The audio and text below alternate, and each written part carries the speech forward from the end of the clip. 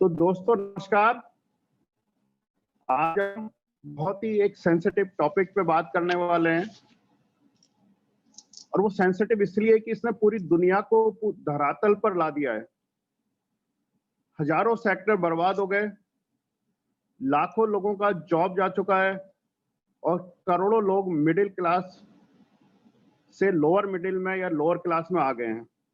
हाँ दोस्तों, मैं बात कर रहा हूँ कोविड की।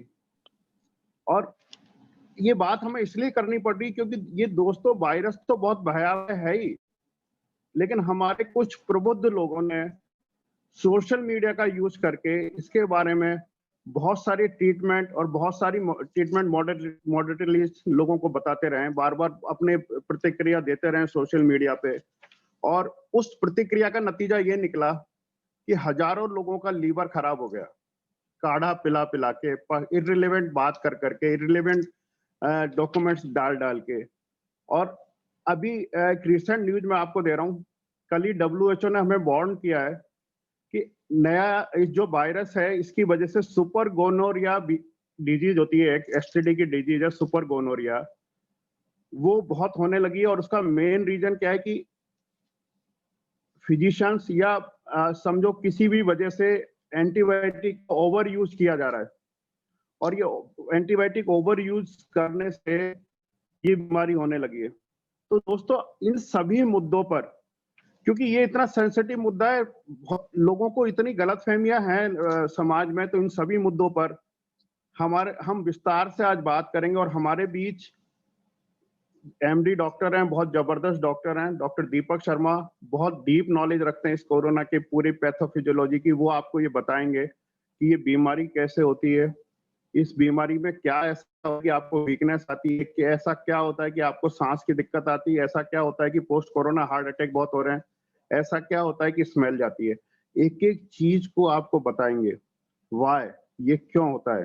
दोस्तों बिल्कुल बिल्कुल टू द पॉइंट बात करेंगे और उसका सप्लीमेंट्स का रोल भी आपको बताएंगे, क्योंकि मैंने एक नुकसान बता दिया आपको, ओवर यूज ऑफ एंटीबायोटिक का तो नुकसान होगा, सुपर गोनोरिया बीमारी होने लगी, तो वो आपको बताएंगे इन सब चीजों से आप ओवरकम कैसे कर सकते हो केवल सप्लीमेंट्स लेने से।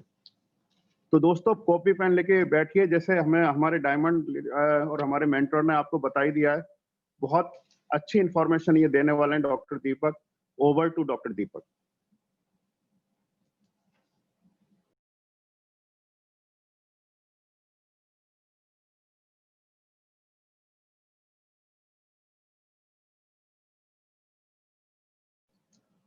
डॉक्टर दीपक,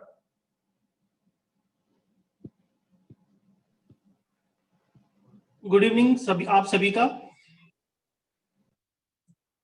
सबसे पहले तो मैं धन्यवाद देना चाहूंगा ऑर्गेनाइजर्स का कि उन्होंने इतने बड़े प्लेटफॉर्म पे मुझे मौका दिया बोलने का।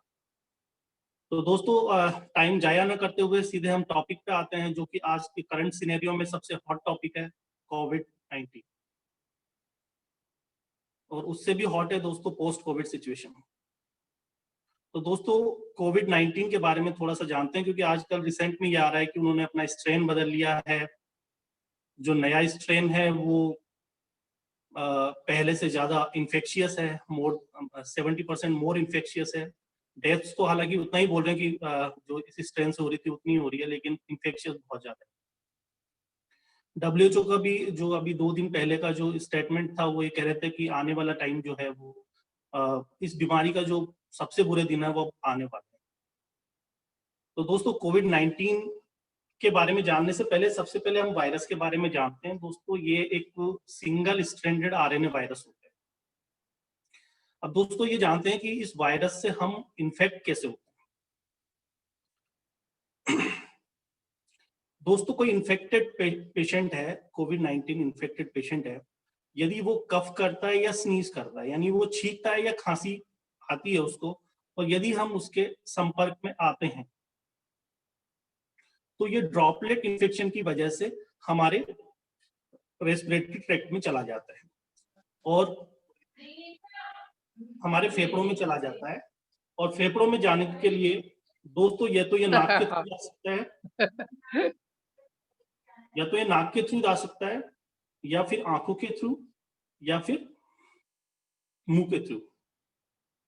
अब दोस्तों ये एक बार अंदर अपने लंग्स में पहुंचने के बाद क्या करता है, ये अपनी जो एयरवे सेल्स हैं, जो हमारे फेफड़े हैं, उनकी जो सेल्स है, उनकी सेल्स के साथ में उनमें ACE2 रिसेप्टर होते हैं, और ACE2 रिसेप्टर से ये जाके अटैच हो जाता है, मतलब उससे जाके जुड़ जाता है।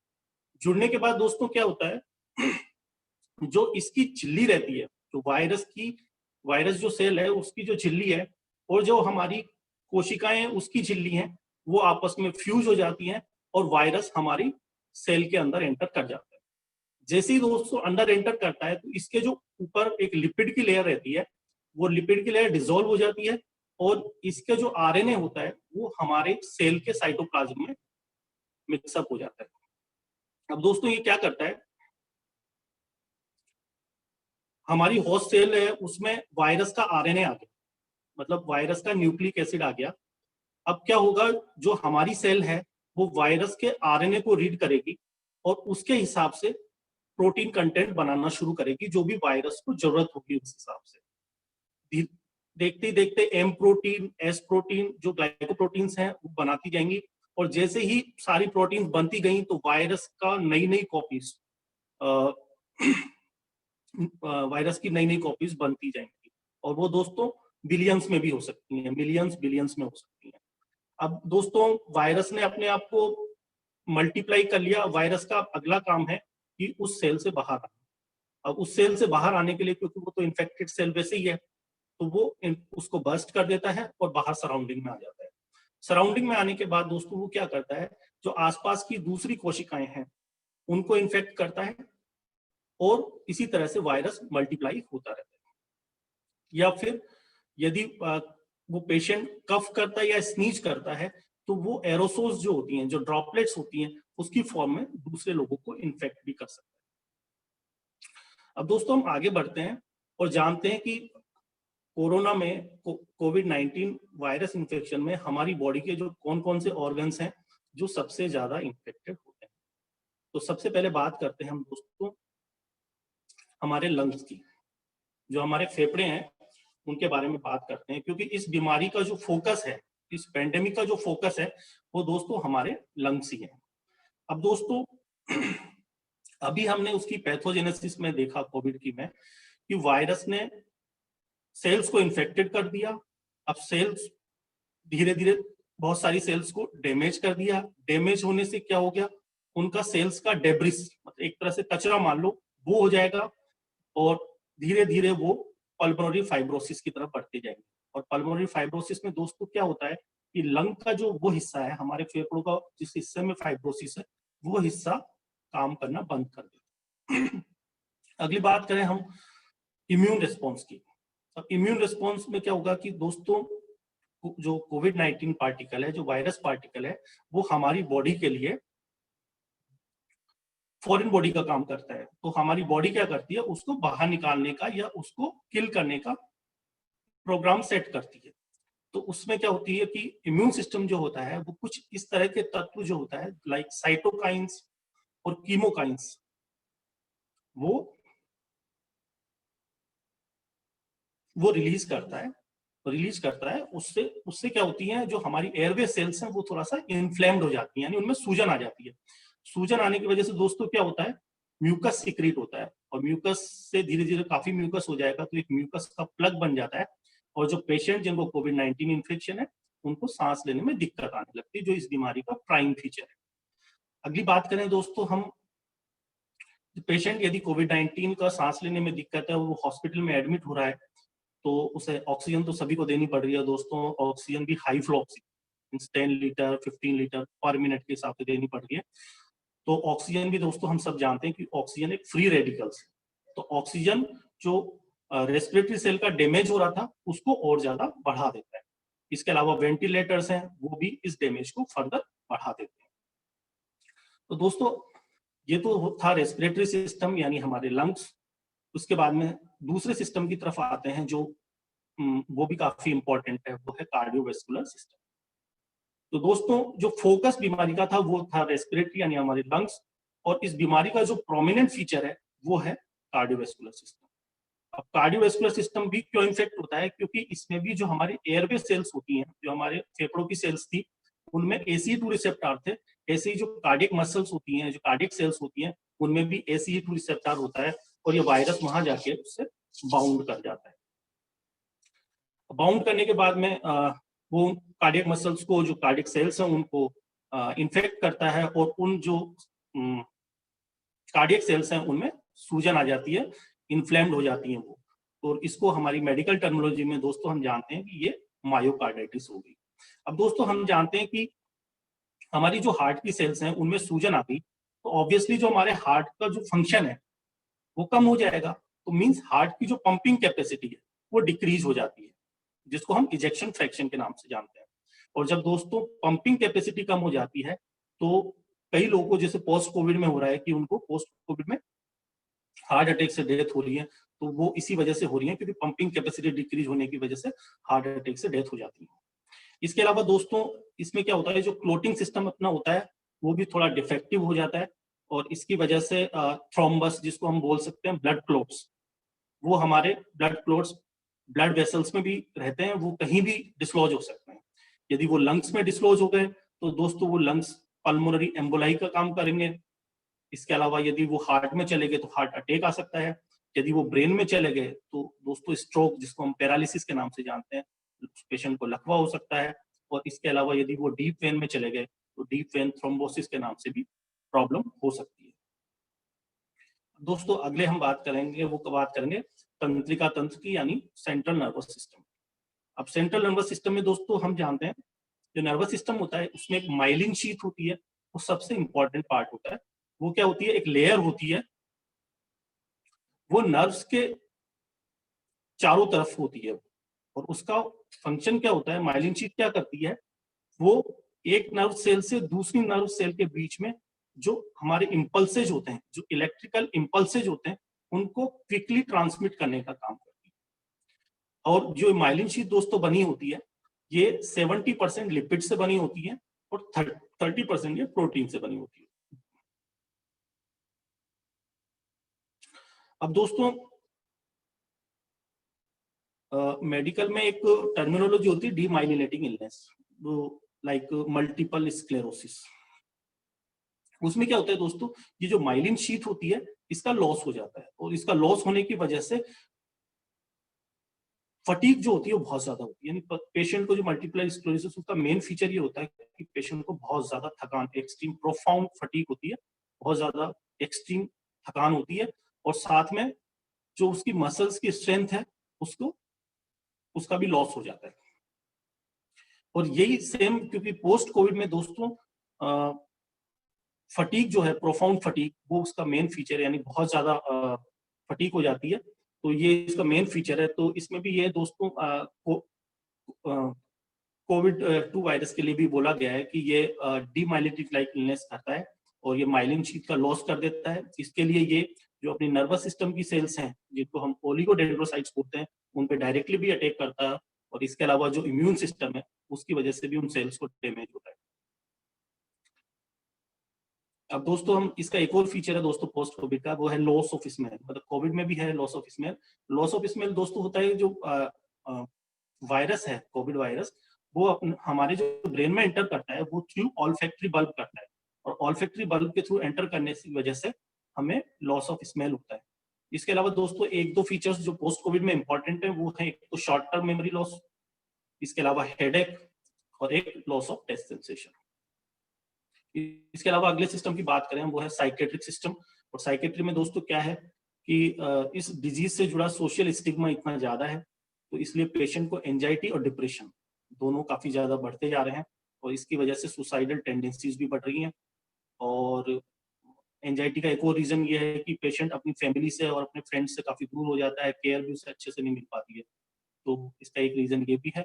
और एक दोस्तों एक इंपॉर्टेंट चीज और थी कि क्रोनिक कंडीशंस लाइक डायबिटीज और हाइपरटेंशन, कई पेशेंट में देखा गया कि वो प्री कोविड डायबिटिक और हाइपरटेंसिव नहीं थे, लेकिन पोस्ट कोविड वो डायबिटिक और हाइपरटेंसिव हो गए। तो दोस्तों इस बारे में अभी रिसर्च चल रही है, शायद हो सकता है पोस्ट लॉन्ग टर्म इफेक्ट्स में ये डायबिटिक और हाइपरटेंसिव भी आ जाए।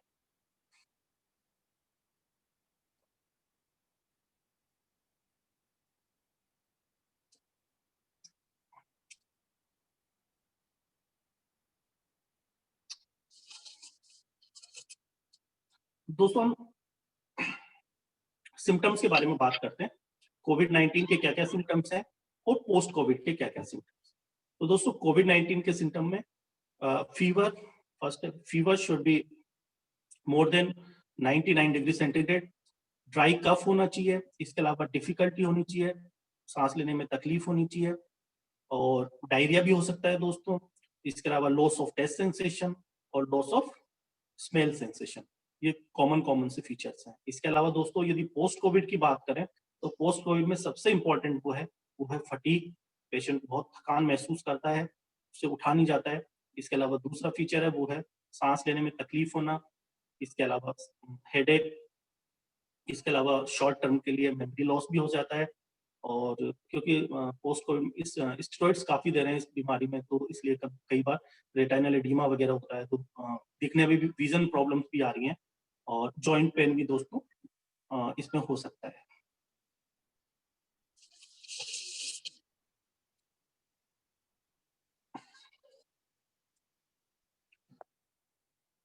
अब दोस्तों हम प्रिवेंशन की तरफ आते हैं कि हम इस बीमारी से बचने के लिए क्या क्या कर सकते हैं। अब प्रिवेंशन के लिए दोस्तों जैसे बच्चन साहब बोलते हैं कि 2 गज की दूरी और मास्क है जरूरी, वो तो दोस्तों है ही।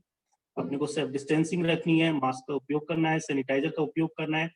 और यदि हम ऑफिसेज वगैरह में जहाँ पे काफी लोगों से मिलते हैं तो वहाँ पे हम एक्वा मिनी जो एयर प्यूरिफायर है हमारा, उसका यूज कर सकते हैं, क्योंकि वो कोविड-19 वायरसेस को भी एब्जॉर्ब करने का काम करता है। इसके अलावा दोस्तों यदि हम एक्सरसाइज की बात करें तो यदि हम प्री कोविड में हैं, प्री कोविड नहीं हुआ है, हम लंग्स स्ट्रेंथनिंग एक्सरसाइज कर सकते हैं। हमारे लंग्स के जो टाइडल वॉल्यूम है उसको बढ़ा सकते हैं। उसके लिए हम रनिंग है, स्प्रिंटिंग है, इस तरह की एक्सरसाइज करें। और अब बात आई ट्रीटमेंट पर आते हैं। ट्रीटमेंट पे दोस्तों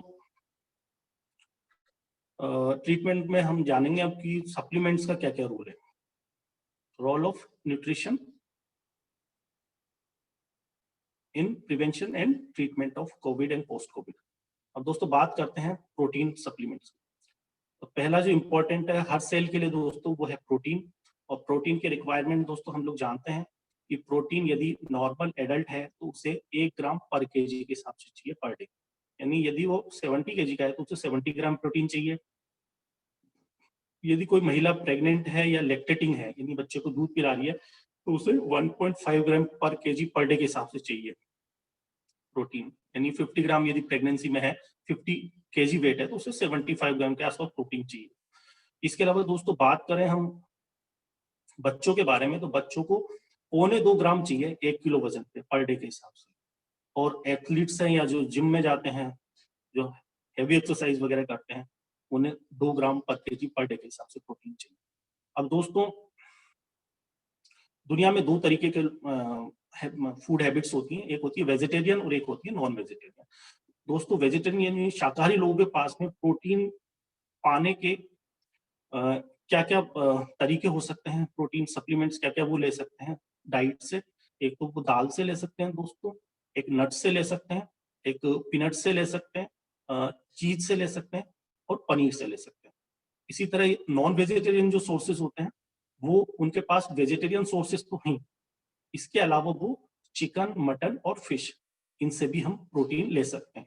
लेकिन दोस्तों अमूमन देखा गया है कि वेजिटेरियन जो लोग हैं वो अपनी डाइट से, पूरे दिन की डाइट से 25 से लेके 30 ग्राम यानी 25 से 30 ग्राम प्रोटीन से ज्यादा डाइट से नहीं ले पाते हैं। और यही बात यदि हम नॉन वेजिटेरियन यानी मांसाहारी लोगों की करें तो वो लगभग 35 से 40 ग्राम पर डे प्रोटीन से ज्यादा नहीं ले पाते हैं। अब दोस्तों प्रोटीन के बारे में यदि हम बात करते हैं किसी से, तो हर किसी का एक ही जवाब होता है कि हम तो खूब दाल खाते हैं, हम तो खूब अंडे खाते हैं, हम तो खूब चिकन खाते हैं, हमें प्रोटीन की डेफिशिएंसी हो ही नहीं सकती। दोस्तों उन्हीं के लिए मैं बताऊं कि जैसे हम पनीर की बात करते हैं, तो पनीर में यदि 100 ग्राम हम पनीर खा रहे हैं तो उससे दोस्तों प्रोटीन यदि हमें मिल रहा है तो वो मिल रहा है 14 ग्राम, यानी 14 ग्राम प्रोटीन मिल रहा है 100 ग्राम पनीर खाने के बाद। और इसके अलावा एडिशनली हमने कोलेस्ट्रॉल ले लिया, वो तो अलग। इसके अलावा दोस्तों अंडे की बात करें तो एक अंडे से दोस्तों 7 ग्राम प्रोटीन हमें मिलता है। तो इसलिए यदि 70 ग्राम अंडे खाने, 70 ग्राम यदि हम प्रोटीन चाहिए तो हमें लगभग 10 अंडे रोज खाने पड़ेंगे। इसके अलावा दोस्तों दालों की बात करें तो नॉर्मल जो घर में दालें बनती है तो मैं अनकुक्ड दाल की बात करूं, तो दाल हम गलाते हैं तो लगभग सभी दालों में 22 से लेके 25 ग्राम पर 100 ग्राम प्रोटीन होता है दोस्तों। और एक 100 ग्राम जो दाल होती है दोस्तों, वो पूरे घर में जो 4 फैमिली मेंबर्स रहते हैं उनमें 100 ग्राम दाल पर्याप्त होती है। तो सोचो आप, 24 ग्राम आपने प्रोटीन लिया, वो भी 4 लोगों में बट गया, यानी 6 ग्राम एक जने के हिसाब से आया। तो दोस्तों प्रोटीन रिक्वायरमेंट तो हमारी पूरी हो ही नहीं पाती है। सोयाबीन में दोस्तों, सोयाबीन में थोड़ा प्रोटीन ज्यादा होता है, उसमें 43 ग्राम होता है पर 100 ग्राम के हिसाब से। तो ये तो दोस्तों बात हुई वेजिटेरियन लोगों की। और नॉन वेजिटेरियन वालों के बारे में यदि हम बात करें तो जो चिकन होता है दोस्तों, तो चिकन में होता है 27 ग्राम प्रोटीन होता है पर 100 ग्राम में। मटन की बात करें तो 25 ग्राम प्रोटीन होता है 100 ग्राम में। और यदि फिश की बात करें, वो भी अच्छी फिश जैसे सॉल्मन फिश है, तो उसमें 22 ग्राम प्रोटीन होता है पर 100 ग्राम। और दोस्तों मेरे जैसे नॉन वेज खाने वाले लोगों से बात हुई तो मैंने उनसे पूछा कि आपकी फैमिली में 4 लोग हैं तो आप कितना नॉन वेज मंगाएंगे, तो उन्होंने बोला कि 500 ग्राम पर्याप्त होता है। तो उस हिसाब से देखा जाए तो भी 500 ग्राम में 4 लोगों की फैमिली में 125 ग्राम, यानी फिर भी 30-32 ग्राम प्रोटीन से ज्यादा नहीं मिला। इसके अलावा दोस्तों मेरे किसी रिलेटिव से बात हो रही थी, तो मैं वैसे ही उनसे पूछ रहा था कि आजकल प्रोटीन की रिक्वायरमेंट के लिए आप क्या कर रहे हो। कि नहीं, मैं तो प्रोटीन के डिस्केट आते हैं वो खा लेता हूँ।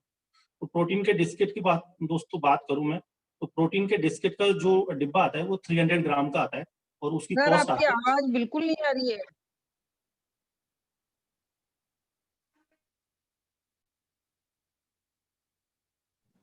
आ रही है सर आवाज तो उनके पास आ रही है फोन डॉक्टर दीपक, उनका नेटवर्क का प्रॉब्लम होगा। आ रही है, आप बोलिए।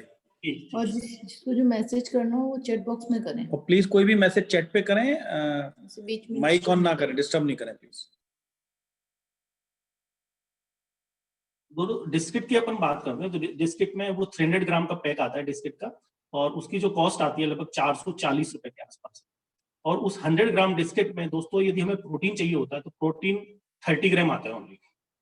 और उस 30 ग्राम प्रोटीन के लिए एडिशनली जो 100 ग्राम यदि हम डिस्किट खा रहे हैं तो उसमें एडिशनली हमको 48 ग्राम तो शुगर मिल रहा है जो कार्बोहाइड्रेट्स हैं, और 14 ग्राम हमें फैट्स मिल रहे हैं फ्री में।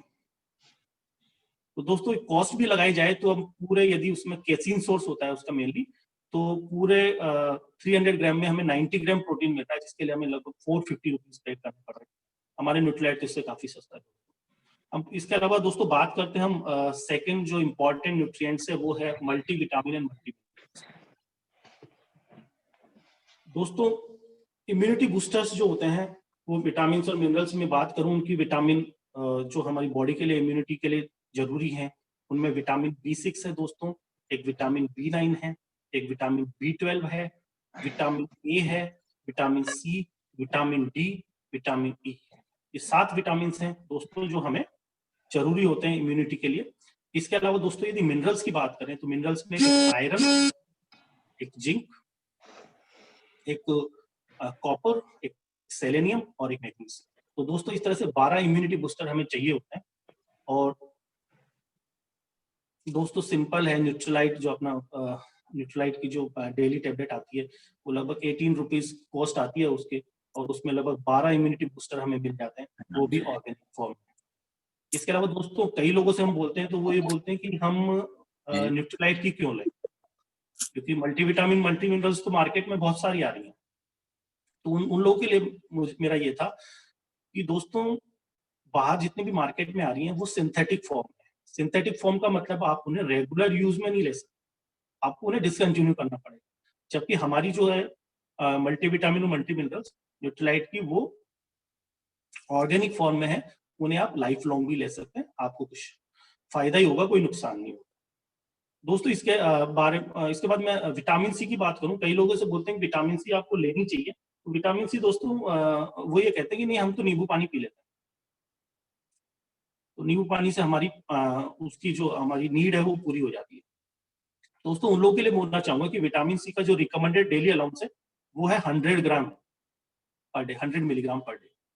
और नींबू से, जो एक नींबू लेमन जूस है एक नींबू का, उससे हमें जो मिल रहा है वो मिल रहा है 18.5 मिलीग्राम। तो लगभग हमें 100 मिलीग्राम के लिए 6 नींबू रोज खाने पड़ेंगे।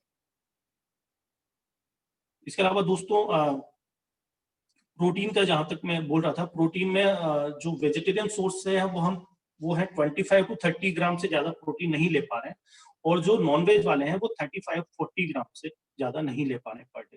तो आपका जो 30 to 40 ग्राम का डेफिसिट है दोस्तों, वो आप इजिली वे में न्यूट्रीलाइट ऑल प्लांट प्रोटीन से पूरा कर सकते हैं।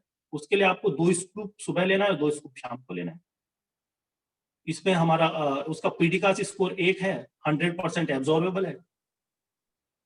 तो आप इस तरह से वो डेफिसिट को पूरा कर सकते हैं दोस्तों। बहुत सिंपल और बहुत आसान है।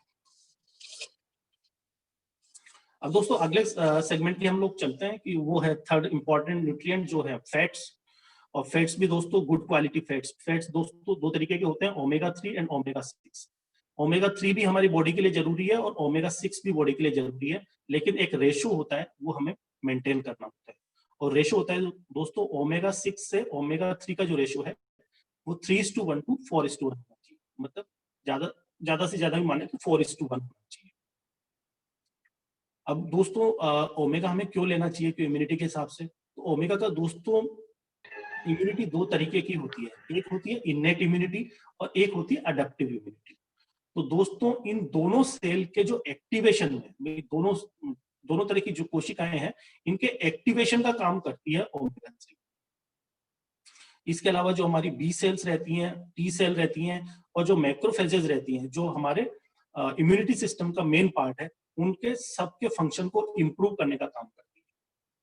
तो दोस्तों न्यूट्रीलाइट की जो साल्मन ओमेगा आती है उसमें ईपीए है 180 मिलीग्राम और डीएचए होता है 120। लगभग एक कैप्सूल में आपको 300 मिलीग्राम मिलता है। और जो इसकी रिक्वायरमेंट है दोस्तों वो मेल्स के लिए 1600 मिलीग्राम पर डे और फीमेल्स के लिए 1100 मिलीग्राम पर डे।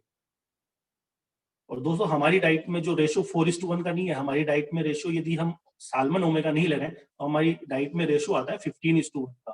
तो इसलिए उस रेशो को बैलेंस करने के लिए हमें साल्मन ओमेगा एडिशनली लेना पड़ेगा। इसके अलावा दोस्तों बात करते हैं फ्रूट्स एंड वेजिटेबल्स के बारे में, क्योंकि फ्रूट्स एंड वेजिटेबल्स दोस्तों बहुत जरूरी है, क्योंकि इनमें दोनों में फाइटोन्यूट्रिएंट्स होते हैं। तो ये इनमें दोस्तों एक तो बीटा कैरोटीन होता है, बीटा कैरोटीन बहुत जरूरी होता है बॉडी के लिए, और विटामिन सी होता है और विटामिन ई होता है। और ये तीनों ही दोस्तों क्या करते हैं, ये इम्यूनिटी को बूस्ट अप करने का काम करते हैं। इसके अलावा जो फल और सब्जियां रहती हैं दोस्तों, फ्रूट्स एंड वेजिटेबल्स, उनमें एंटीऑक्सीडेंट्स बहुत अच्छी मात्रा में होते हैं और इसकी वजह से हमारी जो सेल्स होती हैं वो स्ट्रेस को अच्छी तरह से झेल पाती हैं। लेकिन दोस्तों प्रॉब्लम है खाए तो क्या खाएं। WHO रिकमेंड करता है दोस्तों कि हमें पर डे 400 ग्राम फ्रूट्स खाने चाहिए। उनमें से भी 5 तरह की वैरायटी होनी चाहिए और 5 भी अलग अलग कलर के होने चाहिए। लेकिन दोस्तों हम ये इमेजिन करें कि पहली चीज तो ट्रांसपोर्टेशन, यदि जैसे आज एप्पल है तो वो कश्मीर में हो रहा है तो हमारे पास आते आते उसको 7 डेज ज्यादा हो जाए, तो उसकी न्यूट्रिशन वैल्यू तो, यदि आपने उसे ताजा होगा तो न्यूट्रिटिव वैल्यू है उसकी दोस्तों। यदि 7 डेज से ज्यादा हो गया उसे 10 से 20% से ज्यादा न्यूट्रिशन उसमें नहीं मिलने वाला, तो ऐसे एप्पल से हमें कोई फायदा नहीं है। दूसरा दोस्तों, फल और सब्जियों पे जिस हिसाब से पेस्टिसाइड्स का छिड़काव होता है, जो कीड़े लग जाते हैं उसके लिए पेस्टिसाइड्स का छिड़काव करते हैं, वो तो बनने के बाद भी दोस्तों निकल नहीं पाते। तो फल और सब्जियों में से तो वो हमें फल और सब्जी पेस्टिसाइड के साथ ही अंदर खाने पड़ेंगे, जिसके हमारी बॉडी को बहुत ज्यादा नुकसान होगा। अब दोस्तों बात करते हैं हम कैल्शियम के बारे में, जो कैल्शियम बहुत जरूरी है अभी कोविड सिचुएशन में, क्योंकि हमारी जो इम्यूनिटी है, उनकी सेल्स, जो इम्यून सिस्टम की सेल्स है, उनको एक्टिवेशन करने में कैल्शियम का दोस्तों बहुत बड़ा रोल है। इसके अलावा दोस्तों क्योंकि पोस्ट कोविड में जो हमारी हार्ट मसल्स हैं वो वैसे ही फटीग स्टेज में है, क्योंकि उन्हें मायोकार्डाइटिस हो गया तो उनकी पंपिंग कैपेसिटी वैसे ही कमजोर होगी। तो उनकी कॉन्ट्रैक्टिलिटी को बढ़ाने के लिए, उनके संकुचन को बढ़ाने के लिए कैल्शियम हमें एडिशनली लेना पड़ेगा डाइट। इसके अलावा दोस्तों सबसे इंपॉर्टेंट चीज आती है कि कैल्शियम लें तो कौन सी फॉर्म में लें। तो कैल्शियम की जो वो फॉर्म दोस्तों हमें लेनी चाहिए जो हमारी, जिस फॉर्म में कैल्शियम हमारे ब्लड में मिलता है, वो फॉर्म में दोस्तों कैल्शियम बाइकार्बोनेट। और जो हमारा जो न्यूट्रीलाइट का कैल्शियम है दोस्तों, उसका सोर्स जो है वो एल्गी है, और उसमें जो कैल्शियम जिस फॉर्म में आ रहा है वो है कैल्शियम कार्बोनेट। वो लगभग सिमिलर है हमारे ब्लड कैल्शियम के हिसाब से। इसके अलावा जो कैल्शियम की additional advantage Nutrilite calcium Calmag D में है वो है आपको कि आपको उसके साथ विटामिन डी मिल रहा है, जिंक मिल रहा है, मैग्नीज मिल रहा है और मैग्नीशियम मिल रहा है। तो दोस्तों 4 न्यूट्रिएंट्स आपको एडिशनली मिल रहे हैं। दोस्तों थोड़ा अब हम इंडियन हर्ब्स के हिसाब से चलते हैं, क्योंकि हार्वर्ड यूनिवर्सिटी ने भी कहा है कि यदि कोविड-19 को कॉम्बैट करना है तो इंडियन हर्ब्स बहुत अच्छा काम कर सकती हैं। तो दोस्तों हर्ब के बारे में हम जानें, क्योंकि protein, daily omega, calcium and fruit concentrate, ये तो दोस्तों हमें जरूरी है बेसिक नीड के हिसाब से। उसमें से भी प्रोटीन, डेली और ओमेगा, ये 3 तो दोस्तों हर किसी को लेना ही चाहिए, क्योंकि हमारी सेल की ये तो बेसिक नीड है। अब दोस्तों हर्ब के बारे में बात करें, पहली हर्ब जिसके बारे में हम जानना चाहेंगे वो है अश्वगंधा, विथानिया सोमनीफेरा। इसको दोस्तों इंडियन जिनसंग के नाम से जानते हैं। और एक अभी 3-4 महीने पहले एक रिसर्च आई थी आईआईटी दिल्ली की, और उन्होंने एक जापान की कंपनी थी एसोसिएशन, उनके साथ मिलकर दोनों ने स्टडी किया। तो उन्होंने ये पाया कि अश्वगंधा में एक बायोएक्टिव होता है, एक तत्व होता है जिसको उन्होंने विथानोन के नाम से जाना। और दोस्तों ये विथानोन, क्योंकि हमने जो अभी कोविड-19 की पैथोजेनेसिस पढ़ी, उनमें हमने देखा कि कोविड-19 सेल अंदर कोशिका में एंटर करता है, कोशिका के मैकेनिज्म को यूज करता है और वो मल्टीप्लाई होकर फिर उस होस्ट सेल को डैमेज करके और लाखों की संख्या में बाहर आ जाता है।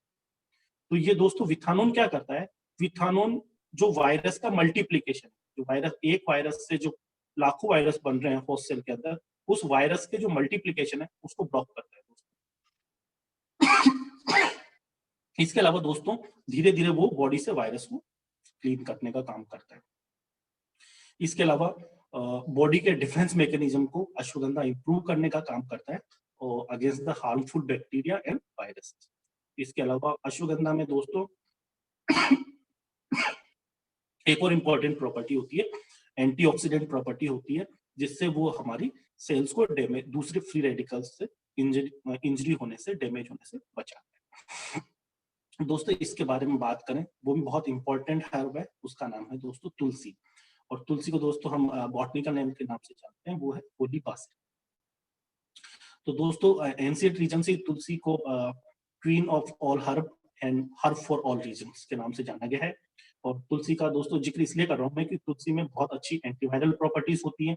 इसके अलावा तुलसी में सबसे अच्छी एंटीऑक्सीडेंट प्रॉपर्टीज होती हैं। ये हमारे जितने ऑर्गन्स होते हैं, जितने सेल्स होते हैं, इनको स्ट्रेस से बचा के रखती है।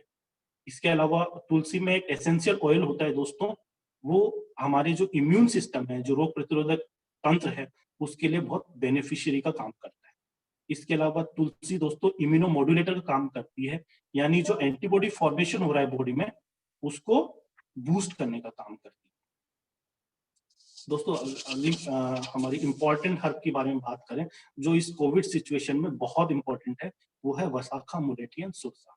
अब दोस्तों वसाखा की हम बात करें तो वसाखा में दोस्तों प्रॉपर्टी होती है कि वसाखा एक तो ब्रोंकोडायलेटर, एक्चुअली क्या म्यूकस प्लग बन गया है, तो हमें म्यूकस प्लग को हटाना है। तो वो कैसे हटाएंगे कि हमें जो ब्रोंकियोल से जो फेफड़े की छोटी छोटी नलियां हैं, उन्हें हमें चौड़ा करना है। तो वो क्या करेंगे, ब्रोंकोडायलेटर हमें देना पड़ेगा। तो वसाखा एक बहुत अच्छा ब्रोंकोडायलेटर है, अच्छा म्यूकोलाइटिक है, क्योंकि म्यूकस प्लग बन गया तो उसको डिसॉल्व करना पड़ेगा, तो एक बहुत अच्छे म्यूकोलाइटिक का काम करती है। इसके अलावा ये एक्सपेक्टोरेंट का काम करती है, यानी म्यूकस प्लग को बाहर निकालने में भी हेल्प करती है। इसके अलावा एंटी इन्फ्लेमेटरी, यानी कि सूजन को कम करने का भी काम करती है, एंटीबैक्टीरियल है और ये ब्लड प्यूरिफायर भी है। इसके अलावा दोस्तों वसाखा में एक जो इसका एक्टिव फॉर्म होती है वसाखा की, उसको हम जानते हैं वेसेसिन। और वेसेसिन दोस्तों आजकल हम मार्केट में जो कफ सिरप जो जानते हैं और जितने भी एक्सपेक्टोरेंट आ रहे हैं, उनमें सबसे इंपॉर्टेंट होता है ब्रोमहेक्सिन। और जो वेसेसिन होता है वो तो उसकी ऑर्गेनिक फॉर्म है, और जो ब्रोमहेक्सिन जो मार्केट में आ रही है दोस्तों, वो वेसेसिन की सिंथेटिक फॉर्म। तो दोस्तों जब हमारे पास में वसाखा मौजूद है तो हम ब्रोमहेक्सिन क्यों लें, सिंथेटिक, क्योंकि सिंथेटिक चीजों का कहीं ना कहीं बॉडी को नुकसान तो होता ही है। इसके अलावा सेकंड जो कंपोनेंट है वसाखा, मुलेठी एंड सुरसा में, उसके बारे में हम जानते हैं, वो है मुलेठी। और मुलेठी दोस्तों बहुत अच्छा म्यूकोलाइटिक का काम करती है। और तीसरा इसमें कंपोनेंट है दोस्तों, वो है सुरसा, यानी अर्सोलिक एसिड। और अर्सोलिक एसिड दो प्रॉपर्टीज इसमें बहुत अच्छी हैं, एक तो दोस्तों ये एंटीऑक्सीडेंट का काम करती है, तो फ्री रेडिकल इंजरी से अपने को बचाती है सेल्स को, और इसके अलावा ये इम्यूनोमोडुलेटर का काम करती है, यानी कि हमारे इम्यूनिटी को बूस्ट करने का काम करती है। तो दोस्तों ये हो गया पोस्ट कोविड। और दोस्तों इसके अलावा प्री कोविड और पोस्ट कोविड लगभग कवर हो गया। अब मैं कोविड के बारे में बताना चाहूंगा दोस्तों कि कोविड के ट्रीटमेंट में हम लोग क्या करना चाहिए, क्योंकि मेरे लगभग मोर देन 100 रिलेटिव्स को तो कोविड हो गया था, लेकिन किसी को भी हॉस्पिटलाइज होने की जरूरत नहीं पड़ी और भगवान की उससे वो घर पे ही ठीक हो गए। तो दोस्तों ये कोविड होने के बाद हमें क्या करना है कि यदि हम पहले से ले रहे हैं तो दोस्तों यदि हम प्रोटीन, डेली ओमेगा एंड वसाखा मुलेटी, यदि ये 4 चीजें यदि हम आज से शुरू कर देंगे, क्योंकि इम्यूनिटी बिल्डअप होने में बहुत टाइम लगेगा, लगभग 1 महीने के आसपास लग जाता है, क्योंकि इम्यूनिटी एक सिस्टम है और वो सिस्टम से ही आती है।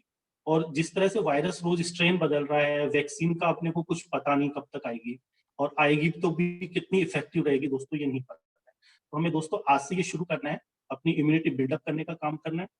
तो दोस्तों यदि इनके बाद भी यदि इन्फेक्शन होता है तो वो बहुत माइल्ड होगा, अपने को पता भी नहीं चलेगा। और और यदि किसी को ले रहे हैं तो बहुत अच्छा है, उनकी इम्यूनिटी बूस्टअप रहेगी। लेकिन कोई नहीं ले पाया और उसको कोविड हो गया, तो उसके बाद में दोस्तों हमें क्या करना है कि उसको भी फिर भी सप्लीमेंट हमें स्टार्ट करने, लेकिन उसमें हमें प्रोटीन, डेली ओमेगा, डेली हमें उसे 2 खिलानी है सुबह शाम, क्योंकि एक तो आज के लिए, एक पुरानी जो डेफिसिट है उसको पूरा करने के लिए। इसके अलावा प्रोटीन 2 स्कूप सुबह शाम, इसके अलावा ओमेगा सुबह शाम, या दिन में 3 बार भी ले सकते हैं। और इसके अलावा दोस्तों जो नेचुरल सी है, नेचुरल सी दोस्तों हमें 16 से 17 टैबलेट पर डे उसको देनी है, और 15 से 17 टैबलेट उसको पर डे उसको देनी है। और इसके अलावा वसाखा, मुलेटियन सोसा, वो भी उसे 1 टैबलेट सुबह और 1 टैबलेट शाम को शुरू करते हैं। मेरे हिसाब से 2 दिन के बाद में ही वो सबसाइड होना शुरू हो जाएगा। मेरे सारे रिलेटिव्स को हुआ है, 2 दिन तक वो सिम्प्टोमेटिक रहे, 2 दिन के बाद में धीरे-धीरे उनके सिम्पटम्स गायब होने और बिल्कुल वो एकदम सही हो गए, वो हॉस्पिटल की तरफ उन्हें जाने की जरूरत नहीं पड़ी। तो दोस्तों ईट हार्ड या ईट स्मार्ट सबसे अच्छा कंसेप्ट है। तो आप या तो बहुत सारा खाएं या फिर स्मार्ट तरीके से खाएं, क्योंकि बॉडी को तो न्यूट्रिशन चाहिए। तो दोस्तों मेरी आप सब लोगों से यही है कि प्रोटीन, डेली ओमेगा तो आज से ही लें, शुरू करें मेरे कहने से, क्योंकि मैं तो ले रहा हूँ और मेरी फैमिली बिल्कुल ले रही है सप्लीमेंट्स, और हम लोग बहुत खुश हैं। और ये